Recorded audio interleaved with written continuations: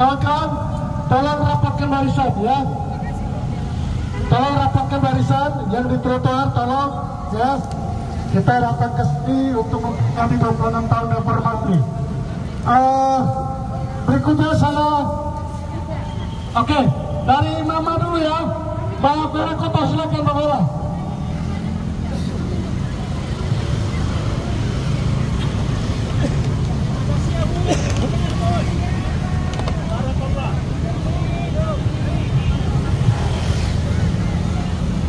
Assalamualaikum warahmatullahi wabarakatuh.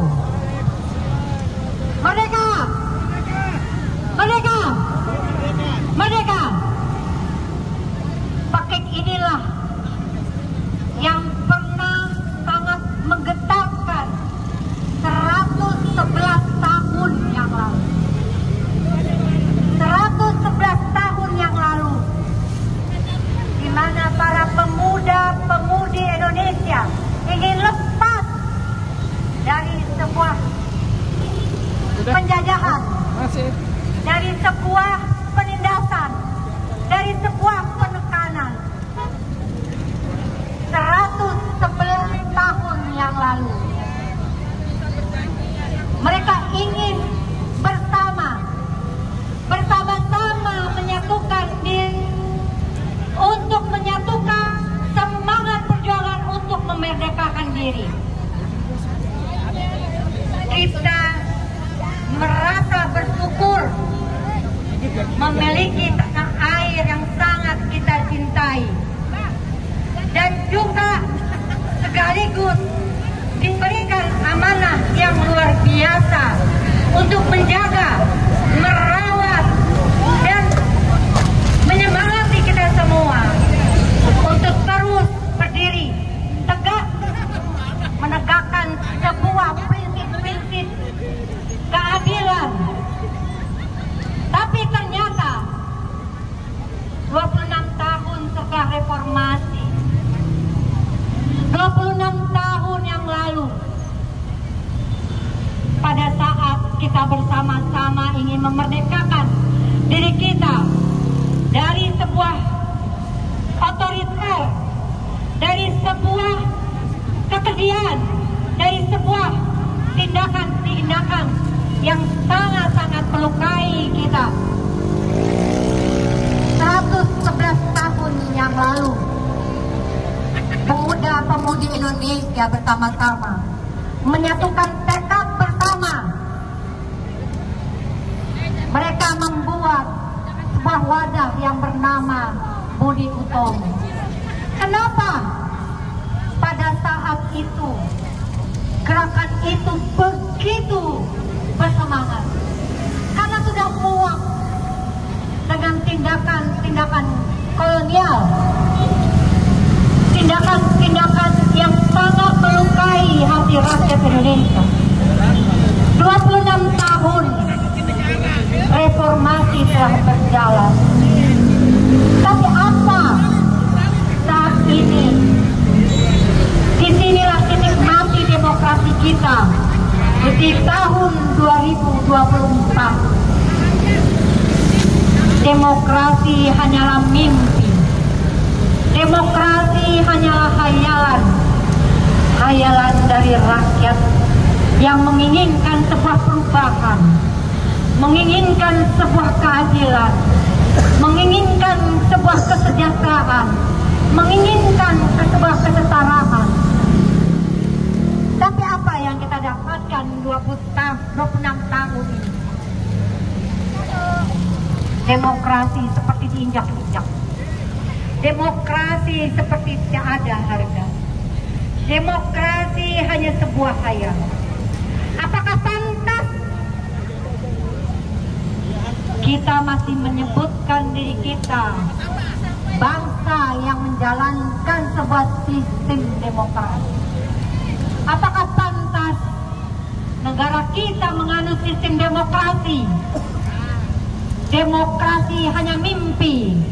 Ternyata demokrasi kita sudah diatur oleh sekelompok orang, oleh sekelompok oligarki. Bahkan pejabat-pejabat sekarang pun tidak mampu lepas dari jaringan oligarki. Mereka buat kebijakan, mereka buat aturan, mereka buat kesewenang-wenangan. Tapi apa yang kita dapatkan hari ini? Apakah betul-betul demokrasi ini tetap berjalan? Apakah demokrasi ini ada? Demokrasi sudah mati di Republik Indonesia. Itu fakta. Keadilan, hukum, apakah berjalan di Republik ini? Bagaimana tindakan-tindakan hukum di Republik ini? Nihil. Mungkin tindakan kita saat ini dianggap orkestra bagi pejabat-pejabat itu. Tapi harus kalian tahu, kita berkuasa atas diri mereka. Kita mempunyai hak terhadap pejabat-pejabat itu. Karena dari atas sampai bawah, saya menggaji mereka. Tapi apa yang mereka berikan kepada kita saat ini? Apa yang mereka berikan kepada kita hari ini? Mereka buat kebijakan yang begitu betul-betul menjerat ekonomi kita. Harga sembako melonjak naik, pajak dinaikkan, listrik dinaikkan, UKT dinaikkan, apalagi yang tidak dinaikkan? Apa coba? Mereka mungkin bahagia di sana. Mungkin mereka senang dengan jeritan kita. Hari ini coba lihat, gaji tidak naik, sementara kebutuhan hidup terus bertambah. Sementara anak-anak butuh kehidupan yang lebih baik, pendidikan yang lebih baik. Tapi kenyataannya apa, saudara-saudaraku? Kita tanpa sadar kita sudah digiring kepada sebuah kebodohan massal. Bangsa kita sudah digiring kepada kemiskinan. Apakah kalian diam? Seharusnya gerakan ini terus diikuti dan disemangati oleh seluruh rakyat Indonesia. Jangan diam. Kalian dengan gaji pas-pasan, UMR DKI hanya 5 juta. Maaf, apakah cukup? Dengan biaya ngontrak, biaya makan, biaya transportasi. Sementara mereka leha-leha duduk di kursi empuk, kita bayar. Sepatu yang mereka pakai, kita yang bayar. Gaji mereka dari atas sampai ke bawah, kita yang bayar. Keringat kita sudah tidak terhitung lagi betapa banyaknya. Mereka cuma sekedar mentertawakan kita, seolah-olah kita sedang orkestra kayaknya. Bubarkan DPR, bubarkan, turunkan, rampas harta-harta para pejabat yang korup. Berani nggak tidak? Kalian belum bisa disebut aktivis kalau belum bisa memenjarakan para pejabat yang korup.